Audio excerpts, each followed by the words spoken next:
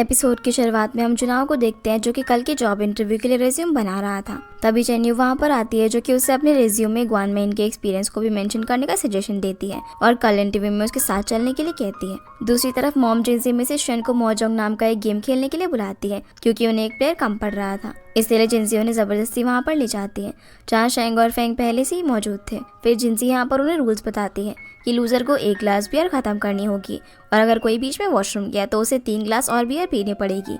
जिसके बाद गेम शुरू होता है। सीन अब शू पर आता है जो कि यूनी को खुश करने के लिए उसे एक चॉकलेट देता है और बोलता है कि मैं तुम्हें खुश करने के लिए हमेशा चॉकलेट्स देता रहूंगा। फिर वो उसे चॉकलेट का पूरा जार देता है जो देखकर यूनी खुश होती है और उसे थैंक्स कहती है। फिर शू से रेस्ट करने के लिए बोलता है और वहां से चला जाता है। इधर मोम जिनसी गेम जीत जाती है और इसी बीच में से शेन को भी ये पता चल जाता है कि मास्टर को भी गेम खेलना आता है, पर फिर भी वो जानबूझकर नहीं खेल रहा क्योंकि वो मिसेस शेन को अपने साथ खिलाना चाहते थे। और यहाँ पर गेम खेलते खेलते मिसेस शेन सभी लोगों के साथ थोड़ा एंजॉय भी करती है और इन लोगों की हरकतें देखकर हंसने भी लगती है। फिर अगले सुबह हम चेन्यू को देखते हैं जो जब मिसेस शेन के पास जा रहे होते हैं तो फेंग उसे बताते हैं कि कल वो देर रात तक हमारे साथ गेम खेल रही थी, इसलिए वो अभी तक सो रही हैं। फिर वो उसे ये भी बताती है कि जुनाव पहले इंटरव्यू के लिए जा चुका है, जो सुनकर चेन्यू भी वहाँ से चली जाती है। फिर हम जुनाव को देखते हैं जो कि एमक्यू कंपनी में इंटरव्यू देने के लिए जाता है और इंटरव्यू को जुनाव की काबिलियत पर जरा भी शक नहीं था क्योंकि वो सैनविल कंपनी का जनरल मैनेजर था। पर इंटरव्यू कहता है कि उन्हें सैनविल की तरफ से कॉल आया कि अगर हमने आपको नौकरी दी तो सैनविल एमक्यू के साथ कोऑपरेट नहीं करेगा, जो सुनकर जुनाव वहाँ से चला जाता है। फिर जब जुनाव दूसरे इंटरव्यू में जाता है तो उससे पूछा जाता है कि क्या सच में तुम्हारा डैड ने मिस्टर शिव के डैड को मारा था, जो सुनकर जुनाव गुस्से में वहां से चला जाता है। फिर जुनाव जब तीसरी कंपनी में जाता है तो उसे मिस्टर लियू मिलता है जिसे जुनाव ने अपनी कंपनी से निकाला था, लेकिन आज लियू एक कंपनी का वाइस प्रेसिडेंट था, इसलिए वो जुनाव को इस हालत में देखकर काफी खुश होता है और उसे अपने असिस्टेंट की नौकरी देता है। पर जुनाव को ये मंजूर नहीं था, इसलिए वो वहाँ से चला जाता है। और इतने सारे इंटरव्यू देने के बाद भी जॉब ना मिलने पर जुनाव काफी परेशान होता है। तभी उसे चेन्यू का कॉल आता है जो जुनाव से उसके इंटरव्यू के बारे में पूछती है तो वो बताता है कि सब कुछ अच्छा हो रहा है। तो चेन्यू उसे जल्दी घर वापस आने के लिए बोलती है और कॉल कट कर देती है। सीन अब सैनुअल कंपनी पर आता है जहाँ पर सभी लोग मीटिंग में शू का इंतजार कर रहे थे क्योंकि वो लेट हो गया था। फिर जब शू वहाँ पर आता है तो जैंग बोलता है कि जुनाव कभी भी मीटिंग में लेट नहीं आता था, जिस पर शू बोलता है कि अब वो जनरल मैनेजर है और उसके हिसाब से सब कुछ होगा। फिर शू यहाँ पर ये अनाउंस करता है कि वो मार्व के साथ कोऑपरेट करने वाले हैं और एक नेशनल चेन प्रोजेक्ट स्टार्ट करेंगे जिसमें 10 बिलियन युआन की इन्वेस्टमेंट होगी। इस चीज़ के लिए जैंग मना कर देता है और कहता है कि मार्व तो उनका कॉम्पिटिटर है और उनके पास इतना अमाउंट भी नहीं है इन्वेस्ट करने के लिए, जिस पर शू कहता है कि इन्वेस्टमेंट के लिए वो काफ़ी सारे प्रोजेक्ट बंद कर देगा और फंड रेज करेगा, जिनमें से एक ग्वान में विलेज का प्रोजेक्ट भी शामिल था। यह अनाउंस करने के बाद शू वहाँ से चला जाता है और इससे कोई भी खुश नहीं था। शू अब यहाँ से सीधा यूनी के पास जाता है जहाँ वो उसके लिए व्हाइट फ्लावर्स लेकर गया था, जिन्हें देखकर वो काफ़ी खुश होती है और उसे बोलती है कि मेरी वजह से तुम काम पर देर से जाते हो और जल्दी वापस आ जाते हो। पर शू बोलता है कि मैं तो बस तुम्हें खुश देखना चाहता हूँ।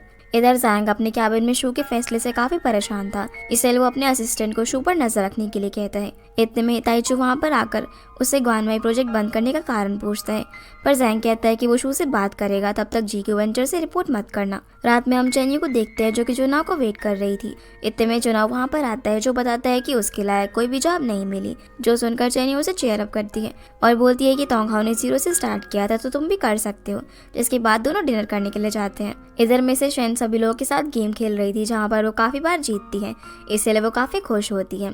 तभी वहाँ पर दावे आ जाता है जहाँ वो जुनाव के पूछने पर बताता है कि वो एक कंपनी में डेवलपमेंट मैनेजर की जॉब कर रहा है। फिर वो उसे ये भी बताता है कि शू ने सभी बड़े प्रोजेक्ट्स बंद कर दिए हैं, जिसमें से ग्वानमाई प्रोजेक्ट भी शामिल है, पर क्योंकि अब जुनाव कंपनी का हिस्सा नहीं था इसलिए वो कुछ भी नहीं कर सकता था। फिर हम मिस्टर तांग को देखते हैं जो कि शेंजे को पढ़ाई में हेल्प करा रहे होते हैं, तो शेंजे उन्हें उसके लिए एक बोट बनाने के लिए देता है जिसे जब वो बना रहे थे तभी वहाँ पर चेन्यू मॉम जिनसी को लेकर आ जाते हैं जिन्होंने काफी ड्रिंक कर ली थी। और यहाँ पर मॉम जिनसी मिस्टर तांग को शेंजे की हेल्प करता हुआ देखकर काफी खुश होती है, इसलिए अब चेन्यू मॉम जिनसी को मिस्टर तांग के पास छोड़कर चली जाती है। अगले दिन जुनाव चेन्यू के साथ मिलकर काम कर रहा था और चेन्यू की पूछने पर वो बताता है कि उसे काफी अच्छा लग रहा है कि उसकी मॉम ने इस जगह को अडॉप्ट कर लिया। तभी मिसेस शेन वहाँ पर आती है, जिन्हें देखकर चेन्यू और जुनाव दोनों ही उनकी कल रात की गेम की काफी तारीफ करते हैं, जो सुनकर वो भी काफी खुश होने लग जाती है। इतने में ही शेन वहाँ पर आता है जो बताता है कि उन्हें काफी बड़ा ऑर्डर मिला है। सूलिन भी यहाँ पर चेन्यू को बताती है कि उन्होंने जीआई टूरिज्म ग्रुप के साथ डील की थी और अब ग्वानमेंग के अंदर उनके टोटल 48 गेस्ट आने वाले हैं, पर उनके पास तो 2 रूम्स की शॉर्टेज है। जिस चीज़ को जुनाव सुन लेता है और कहता है कि वो और उसकी मॉम तो वैसे ही उन पर बर्डन है, इसलिए वो दोनों वहाँ से चले जाएंगे। तो चेन्यू भी यहाँ से उन्हें अपने घर लेकर जाने की बात कहती है और बोलती है कि मॉम जिस मिसेस शेन से गेम्स की स्किल भी सीखना चाहती है, जो सुनकर जुनाव हंसता है और मिसेस शेन भी यहाँ पर मान जाती है। अब रात को मिसेस शेन और जुनाव चेन्यू के साथ उसके घर पर रहने के लिए आ जाते हैं, तो मॉम जिनसी यहाँ पर उनका वेलकम करती है और उन्हें उनका रूम दिखाने के लिए लेकर जाती है। चेन्यू यहाँ पर मिसेस शेन को रहने के लिए अपने रूम दे देती है और जुनाव को शेनसे के रूम में सोने के लिए कहती है, पर यहाँ पर मॉम जिनसी जाते जाते मिसेस शेन को डराती है कि यहाँ पर बहुत सारे चूहे हैं, इसलिए बच कर रहे। पर चेन्यू कहती है कि वो तो सिर्फ मजाक कर रही है। दूसरी तरफ शेनसे जुनाव को वही इन्विटेशन कार्ड देता है जो कि उसने तोंगाओ को दिया था कि वो उसके रूम में अब सो सकता है, जो देखकर उसे भी अच्छा लगता है। अगली सुबह चेन्यू ग्रैनी हुआजी के घर सामान डिलीवर करने के लिए जाने वाली थी। इतने में जुनाव तोंगाओ वाले कपड़े पहनकर आ जाता है, जिसे चेन्यू देखती ही रह जाती है। फिर जुनाव भी उसके साथ सामान डिलीवर करने के लिए चला जाता है। इतने में वहाँ पर मिसेस शेन आती है, तो मॉम जिनसी उन्हें एक वेजिटेबल बास्केट लाकर उसमें से सब्जियां काटने के लिए कहती है, जो देखकर मिसेस शेन हैरान हो जाती है कि मॉम जिनसी उनसे काम करवा रही है। अगले सीन में हम शू को देखते हैं जो कि यूनी को साइकेट्रिस्ट के पास लेकर आया हुआ था, जहाँ यूनी थेरेपी के दौरान डॉक्टर को बताती है कि उसकी लाइफ के 2 इंपॉर्टेंट लोगों ने उससे अकेला छोड़ दिया। फिर थेरेपी के बाद डॉक्टर शू को बताती है कि यूनी काफी डिप्रेस्ड है। इधर जुनाव चेन्यू से कहता है कि मैं जानता हूँ कि तुम आज भी मेरे अंदर तोंगाओ को ढूंढती हो, पर चेन्यू के लिए तो दोनों एक ही थे, इसलिए वो उसे बोलती है कि तुम्हें मेरे लिए तोंगाओ बनने की जरूरत नहीं है, तुम जैसे हो वैसे ही अच्छे हो। सीन अब यूनी पर आता है जो कि शू से बात कर रही होती है। इतने में ज़ैंग उनके घर पर बिना नॉक किए आ जाता है और शू से पूछता है कि भला उसने इतने बड़े प्रोजेक्ट को क्यों बंद कर दिया, पर शू इस बात पर कोई भी सफाई नहीं देता और बोलता है कि उसका जो भी डिसीजन होगा वही बोर्ड मेंबर्स को मानना पड़ेगा। पर यूनी को कुछ भी समझ नहीं आता कि आखिर कंपनी के अंदर क्या चल रहा है। शू बोलता है कि वो सैनविल कंपनी के अंदर एक नई शुरुआत करेगा और इस चेन में जो प्रॉफिट होगा वो तुम्हारी सोच से भी काफ़ी ज़्यादा है। और ज़ैंग के किसी और सवाल का जवाब देने से पहले वो उसे यहाँ से जाने के लिए कहता है, जिसके जाने के बाद शू यूनी से कहता है कि उसने इतने सालों तक जुनाओ की फैमिली को अपनी फैमिली माना, लेकिन उन्होंने सिर्फ उसका इस्तेमाल किया। अगले दिन हम चेन्यू को देखते हैं जो कि जुनाओ को ग्वानमेई होटल का डायरेक्टर बना देती है और सभी जुनाओ को वेलकम करते हैं। पर सोलिन कहती है कि वो तो इतनी बड़ी कंपनी का जनरल मैनेजर था, तो क्या वो यहाँ पर काम कर पाएगा, जिस पर जुनाओ कहता है कि ये उसका घर है और वो बहुत ही जल्द काम को अडॉप्ट कर लेगा। सीना वापस यूनी पर आता है जिसका साइकेट्रिस्ट के साथ सेशन था और इस सेशन के दौरान वो अपने चाइल्डहुड में चली जाती है, जब वो स्टेयर्स पर बैठी हुई थी और बेहोश थी। तभी उसे एक बच्चे की आवाज़ सुनाई देती है जो कि अंकल शेन के साथ उसे घर ले जाने के लिए कह रहा होता है और यहाँ पर यूनी को पता चलता है कि वो बच्चा कोई और नहीं बल्कि शू था। यूनी अब यहाँ पर अपने चाइल्डहुड से रोते हुए बाहर आती है। डॉक्टर फिर यूनी को शू के पास लेकर जाती है और कहती है कि यूनी अब जल्दी ही ठीक हो जाएगी। इधर यूनी तो अब बस शू को ही देखी जा रही थी, क्योंकि उससे पता चल चुका था कि उससे बचपन के अंदर शू ने बचाया था, ना कि जुनहाओ ने। अब जब यूनी घर पहुंचकर आराम कर रही होती है, तब शू उसके पास बैठकर उसे वहीं पर प्यार से देखने लग जाता है। दूसरी तरफ मिसेस शेन अपने तीनों बच्चों की फोटो देख रही होती है। तभी वहाँ पर मॉम जिनसे उनके लिए ब्लैंकेट लेकर आती है और वो फोटो देखकर कहती है कि अगर उन्हें उनकी याद आ रही है तो उन्हें उनसे मिलने के लिए जाना चाहिए। इसके अगले दिन यूनी शू के लिए ब्रेकफास्ट रेडी करती है, जहाँ यूनी में इतना चेंज देखकर उसको भी काफ़ी अच्छा लगता है। यूनी अब यहाँ पर उसे अपने बचपन में जुनाओ के घर लेकर जाने के लिए थैंक्स कहती है और बताती है कि उसे लगा था कि वो जुनाओ था जो कि उसे अपने घर लेकर आया था, और अब क्योंकि यूनी को सच पता चल गया था, इसीलिए शू को भी काफ़ी खुशी होती है। तभी शू को उसके असिस्टेंट का कॉल आता है जो बताता है कि आपने जो भी प्रोजेक्ट कैंसिल किए थे उनके इन्वेस्टर आपसे मिलना चाहते हैं। तो शू बोलता है कि वो जल्दी ही वहाँ पर आ जाएगा और कॉल कट कर देता है। शू अब यहाँ पर यूनी से पूछता है कि क्या वो उसके साथ सब कुछ पीछे छोड़कर टेंशन फ्री होकर अपनी दूसरी लाइफ शुरू करना चाहेगी, जिस बात का यूनी कोई जवाब नहीं देती। तो शू उससे बताता है कि बचपन में मैं तुम्हें काफ़ी पसंद करता था, पर जब तुम जुनहाओ को पसंद करने लगी इसलिए मैंने अपनी फीलिंग्स के बारे में तुम्हें नहीं बताया। लेकिन आज वो उसका हाथ पकड़कर उससे आई लव यू बोल देता है, जो सुनकर यूनी काफ़ी खुश होती है और उससे थोड़ा टाइम मांगती है। इसके बाद हम जुनहाओ को देखते हैं जो चेन्यू से बोलता है कि उसे उसके साथ हर दिन काम करके काफ़ी अच्छा लगता है। इतने में वहाँ पर मिसेस शेन आ जाती है जो जुनहाओ को बताती है कि वो यूनी से मिलने जाना चाहती है, जो सुनकर वो जुनहाओ को अपनी कार की चाबी दे देती है और बोलती है कि ग्वानमेन का काम मैं संभाल लूंगी, तो मिसेस शेन के साथ चले जाओ। इसलिए अब मिसेस शेन जुनहाओ के साथ यूनी से मिलने के लिए पहुंच जाती है, पर जुनहाओ अपनी मॉम से बोलता है कि शायद यूनी मुझसे मिलना ना चाहे, इसलिए वो बाहर ही वेट करता है और मिसेस शेन अकेले ही यूनी से मिलने के लिए अंदर जाती है, जहाँ पर वो उसे माफ़ी मांगती है कि उन्होंने उसका ध्यान नहीं रखा, जिस पर यूनी उन्हें ऐसा कहने से मना करती है और बताती है कि वो जुनहाओ से पहले नाराज़ थी लेकिन अब नहीं है और गलती उसकी खुद की थी कि वो किसी के ऊपर कम्प्लीटली डिपेंडेंट हो गई। मिसेस शेन अब यहाँ पर उससे शू के बारे में पूछती है, जिस पर यूनी बोलती है कि वो दोनों सब कुछ छोड़कर एक नई शुरुआत करेंगे, जो सुनकर मिसेस शेन उन लोगों के लिए काफ़ी खुश होती है। दूसरी तरफ जुनाव कार के पास वेट कर रहा था। तभी उसकी मॉम वहाँ पर आकर उसे बताती है कि यूनी की मेंटल स्टेट अब अच्छी है और वो शू के साथ एक नई शुरुआत करने वाली है, जो सुनकर जुनाव को भी काफ़ी खुशी होती है। अब रात को जब जुनाव वापस से घर पहुँचता है तब देखता है कि वहाँ पर ताइचू आया हुआ था, जहाँ वो जुनाव से शू के प्रोजेक्ट्स बंद करने का रीज़न पूछता है। लेकिन जुनाव का अभी सबसे कोई लेना देना नहीं था और वो बोलता है कि शायद वो सारे प्रोजेक्ट्स उसने खुद ने खड़े किए थे, इसलिए शू ने उन्हें बंद कर दिया। जुनाव से ये भी बताता है कि शू सब कुछ छोड़कर एक नई शुरुआत करने वाला है, जो सुनकर ताइचू टेंशन में आ जाता है। फिर ये सभी लोग साथ में बैठकर डिनर कर रहे थे, लेकिन चेन्यू ग्वानमाई प्रोजेक्ट के बंद होने से थोड़ी परेशान थी। तो जुनाव बोलता है कि अगर शू के ऐसा करने का रीज़न पता चल जाए तो शू के प्लान को वो चेंज कर सकते हैं। तो ताइचू यहाँ पर जुनाव को शू से फेस टू फेस बात करने के लिए कहता है। सेना वापस से यूनी पर आता है, जो कि घर पर बुक्स रीड कर रही थी। तभी शू नशे की हालत में घर पर आता है तो यूनी उसे संभालती है और सोफे पर बैठा देती है। शो यूनी से बोलता है कि उसने उसे हर सेकंड मिस किया और उसे आई लव यू कहकर यूनी को हमेशा उसके साथ रहने के लिए कहता है, जिस पर यूनी भी हाँ करती है और उसकी हाँ सुनकर शो काफ़ी खुश होकर उसे किस कर देता है। अगले दिन जुनाव शू से मिलने के लिए सनविल कंपनी में आता है और सभी एम्प्लॉयज उसे यहाँ पर देखकर काफ़ी शौक थे। रिसेप्शन से पूछने पर जुनाव को पता चलता है कि शू अभी तक वहाँ पर नहीं आया है, इसलिए वो उसका वहीं पर वेट करता है। जब कुछ देर बाद शू कंपनी में आता है तो जुनाव शू से मार्व के साथ सुपरमार्केट चेन प्रोजेक्ट और ग्वानमेन प्रोजेक्ट के बंद करने के बारे में पूछता है, पर शू उसे कुछ भी बताने से मना कर देता है। लेकिन जुनाव उसे समझाता है कि मार्व का बैकग्राउंड प्रोजेक्ट को लेकर बिल्कुल भी अच्छा नहीं है, फिर भी तुम उसके साथ ये प्रोजेक्ट क्यों कर रहे हो, इससे उनके फादर्स की लेगेसी बर्बाद हो सकती है। पर शू इसका बिना कोई जवाब दिए वहाँ से चला जाता है। इसलिए अब जुनाव यूनी को मिलने के लिए बुलाता है और पास में जो कुछ भी हो उसके लिए उससे माफ़ी मांगता है, जिस पर यूनी कहती है कि उसने हमेशा से चाहा कि उसे सब लोग पसंद करें ताकि दोबारा उसे कोई भी छोड़कर ना जा सके। और जुनाव से भी अपनी तरफ से माफ़ी मांगती है कि मुझे लगता था कि तुम मुझे अपने घर पर लेकर आए थे, लेकिन वो तो शू था। वो उसे यहाँ पर ये भी बताती है कि वो शू के साथ अब सब कुछ छोड़कर कहीं पर दूर जाना चाहती है, जिस पर जुनाव पूछता है कि तो फिर सनविल कंपनी का क्या होगा। तो यूनी बताती है कि शू ने इस बारे में उससे कोई बात नहीं की। जुनाव यहाँ पर उसे बता देता है कि शू ने सुपरमार्केट प्रोजेक्ट चेन पर काम करने के लिए बाकी सारे प्रोजेक्ट बंद कर दिए हैं। जो सुनकर यूनी भी हैरान हो जाती है और बोलती है कि इस बारे में वो जल्दी पता लगाएगी कि आखिर शू ने ऐसा क्यों किया। रात में हम ताइचू को देखते हैं, जो कि मिस्टर वांग को शू के बारे में रिपोर्ट दे रहा था कि उसने उससे मिलने से मना कर दिया और जैंग को भी उसके डिसीजन के बारे में कुछ खास नहीं पता, जिस पर मिस्टर वांग कहते हैं कि अगर डील ब्रेक हुई तो सनविल को काफ़ी बड़ा फाइन पे करना होगा। और ताइचू को ये भी पता चलता है कि शिन मार्व के साथ काफ़ी मनी लॉन्ड्रिंग केसेस के अंदर इन्वॉल्व है। सीना वापस से यूनी पर आता है, जो कि शू से बातों ही बातों में चेन प्रोजेक्ट के बारे में पता करने की कोशिश करती है, पर वो उसे कुछ खास इन्फॉर्मेशन नहीं बताता और कहता है कि वो ये सब इसीलिए कर रहा है ताकि वो सब कुछ छोड़कर यहाँ से जा सके। पर शू को यहाँ पर पता चल जाता है कि यूनी जुनाव से मिली थी, तो यूनी बोलती है कि वो तो सिर्फ उससे एज अ फैमिली मिली थी और उनके बीच जो कुछ भी हुआ था वो सब पास्ट है, बल्कि जुनाव तो अभी भी तुम्हारी फिक्र कर रहा था। जिस पर शू बोलता है कि वो उसे अपनी फैमिली के अंदर नहीं चाहिए। ये बोलकर यहाँ से चला जाता है। सीन अब जुनाव पर आता है, जो कि चेन्नी को बड़े प्यार से देख रहा था। तो चेन्नी उससे बोलती है कि वो काफ़ी बुरी दिख रही है, जिस पर जुनाव उसे हक कर लेता है और कहता है कि वो उसे हर तरह से अच्छी लगती है और वो उसे यहाँ पर किस भी कर देता है।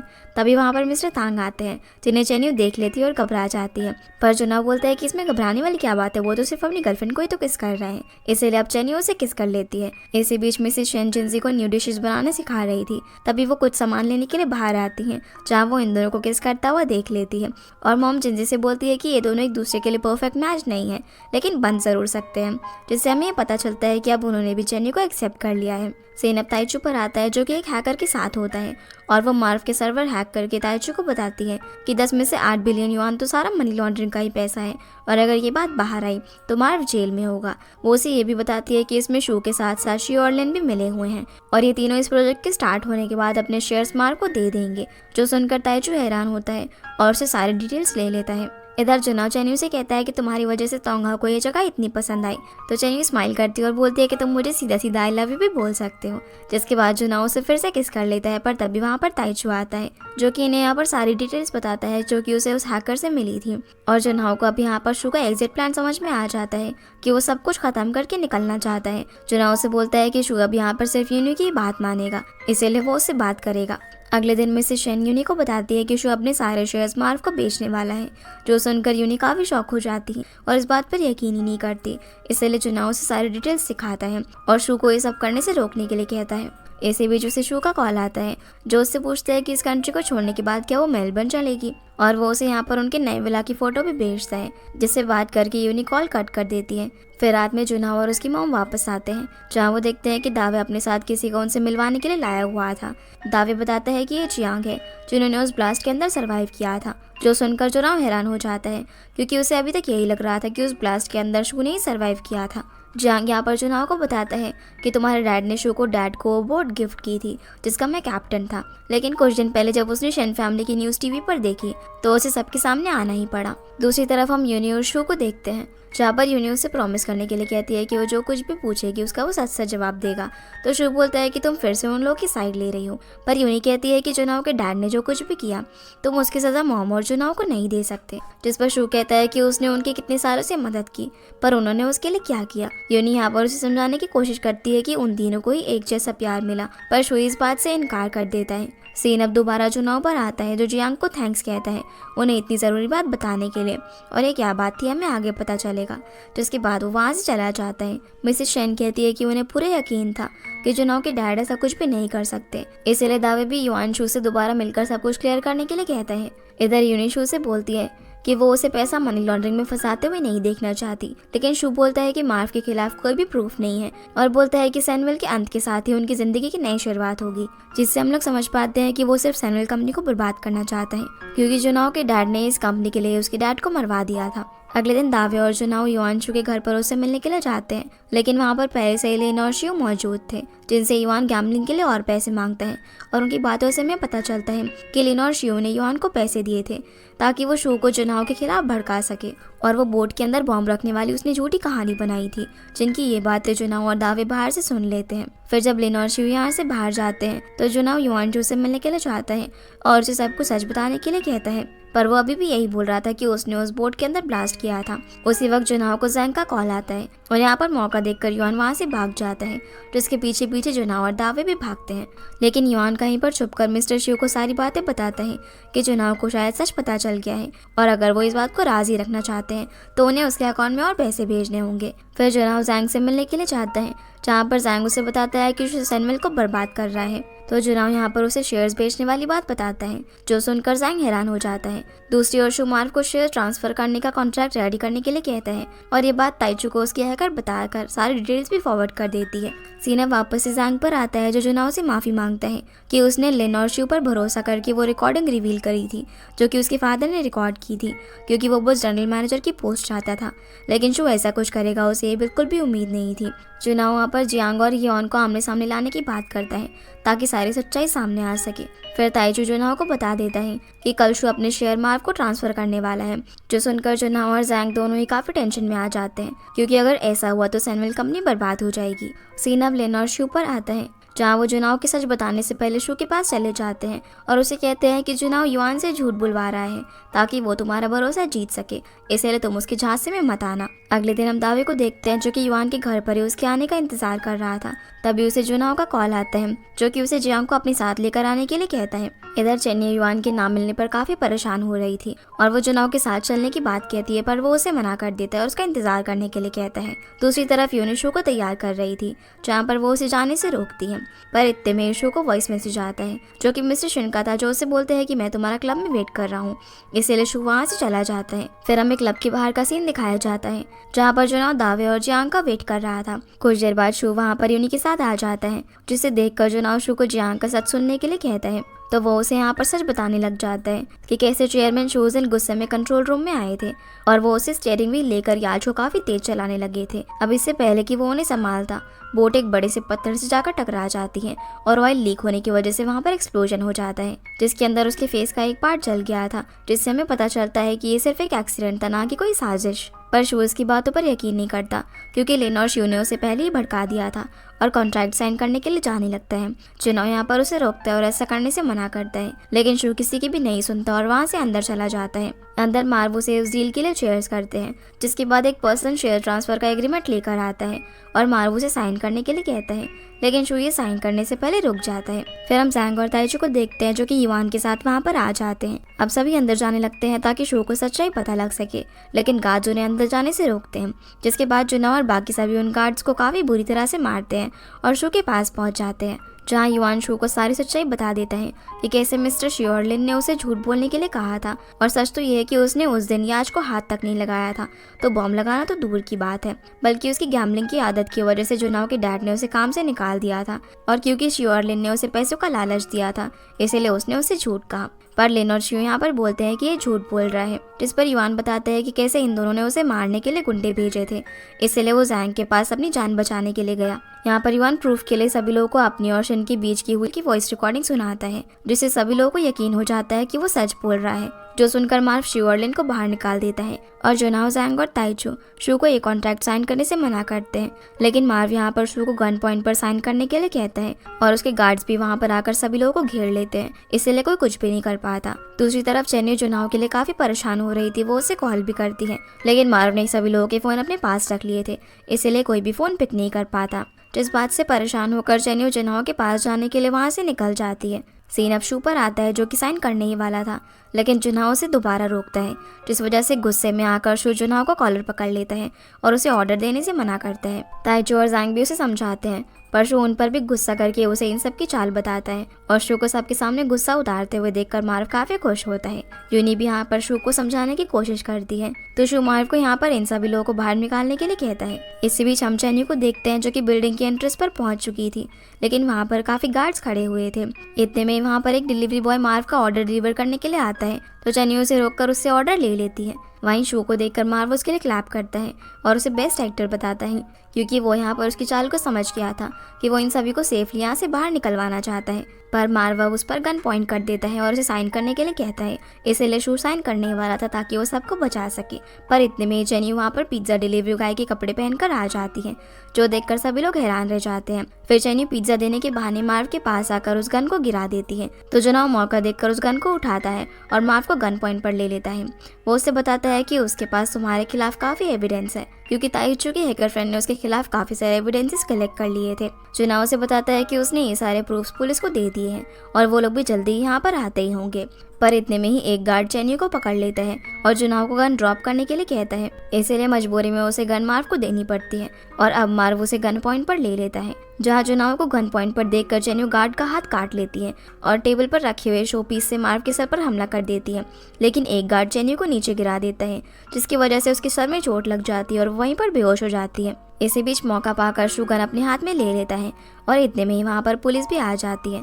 फिर हमें पता चलता है कि मार्व को जेल भेज दिया गया है और शियोरलिन पर इन्वेस्टिगेशन जारी है। सीन अब हॉस्पिटल में शिफ्ट होता है, जहाँ पर चेन्नई एडमिट थी और उसके पास सभी लोग मौजूद थे। फिर सभी रूम के बाहर आ जाते हैं, जहाँ पर शू जुनाओ से माफी मांगता है और उसे अपनी सारी गलतियाँ कबूल करता है, तो जुनाओ भी यहाँ पर अपनी गलती मानता है और जैंग इन दोनों को एक दूसरे को सॉरी कहने से रोकता है, जिस पर सभी लोग हंसते हैं। शू अब यहाँ पर जुनाओ को इक्विटी ट्रांसफर का एग्रीमेंट देता है और सारे शेयर्स उसे वापस कर देता है। वो उसे बोलता है कि चेन्नई के ठीक होने के बाद वो अपने डैड की अधूरी ट्रिप को पूरा करेगा और यूनी भी उसके साथ इस ट्रिप पर जा रही है, जो सुनकर जैंग कहता है कि क्या मैं भी तुम लोग के साथ चल सकता हूँ। पर जुनाओ कहता है कि मैं जनरल मैनेजर को इतनी लंबी छुट्टी नहीं देने वाला। इसका मतलब जुनाओ ने अब उसे जनरल मैनेजर बना दिया था, जो सुनकर जैंग भी काफी खुश होता है और अब ये तीनों यहाँ पर जुनाओ से चेन्नई का ख्याल रखने के लिए कहकर वहाँ से चले जाते हैं। कुछ देर बाद हम देखते हैं कि चेन्नई को होश आ चुका है और सभी लोग उससे काफी सारे सवाल करने लग जाते हैं। तभी वहाँ पर जुनाओ आता है, पर चेन्नई उसे नहीं पहचानती, जो देखकर सभी लोग हैरान हो जाते हैं, क्योंकि चेन्नई को सिर्फ जुनाओ याद नहीं था और बाकी सभी याद थे। ये चीज देखकर बेचारे जुनाओ का दिल टूट जाता है, क्योंकि जो उसने चेन्नई के साथ पास में किया था वो उसके साथ हो रहा था। रात में सभी लोग बेचारे जुनाओ के लिए काफी परेशान थे और फेंग यहाँ पर उसे अलर्ट रहने के लिए कहती है, क्योंकि चेन्नई को अभी भी ताइचू याद था और ऊपर रूम में ताइचू चेन्नई को पियानो सिखा रहा था। साथ ही साथ वो उसे अपने बनाए हुए नोट्स भी देता है ताकि वो प्रैक्टिस करके सीख सके।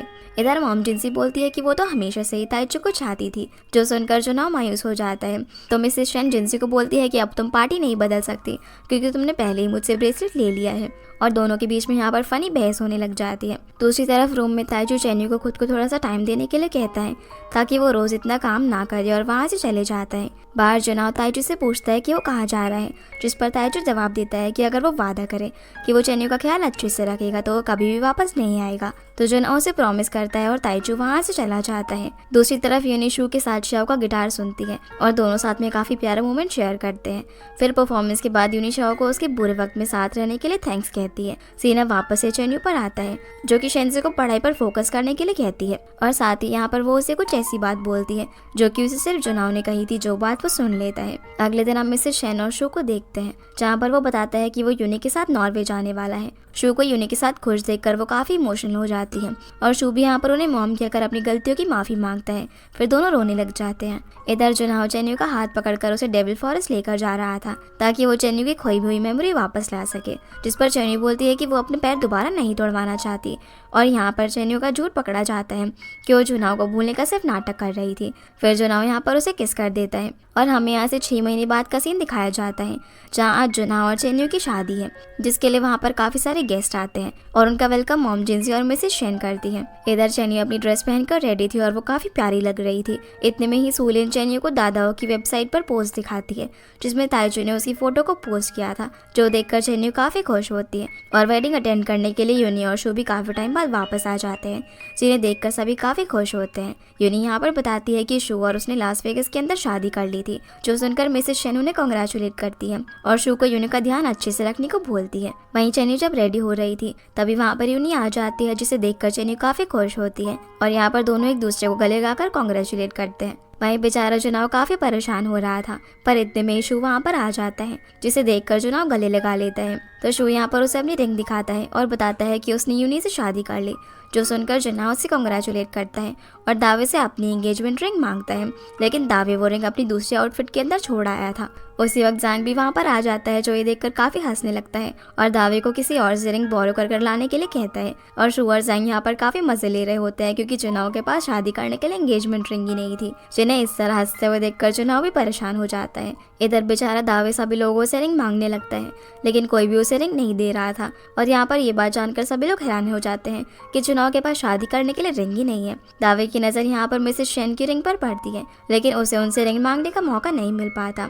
अब वेडिंग शुरू होती है जहाँ पर मिस्टर तांग चेन्यू को जुनाओ के पास लेकर आते हैं। अब जब ये दोनों एक दूसरे की तरफ बढ़ रहे थे तभी चेन्यू का पैर फिसल जाता है और उसे अपने पैर के पास वही रिंग मिलती है जो कि उसने गुस्से में समुद्र के अंदर फेंक दी थी, जो देखकर वो काफी खुश होती है। फिर जुनाओ उस रिंग को लेकर चेन्यू को पहनाता है और उसे किस कर देता है, जिससे इनकी शादी कंप्लीट हो जाती है और सभी लोग इनके लिए काफी खुश थे, इन्हें कांग्रेचुलेट कर और इसी हैप्पी एंडिंग के साथ ये ड्रामा यहीं पर एंड हो जाता है। तो गाइज ये थी आज की वीडियो एंड आई होप आप लोगों को ये वीडियो पसंद आई होगी, तो इस वीडियो को लाइक कर चैनल को सब्सक्राइब जरूर कीजिएगा। आपसे फिर मिलते हैं अगले इंटरेस्टिंग ड्रामा में, तब तक के लिए गुड बाय।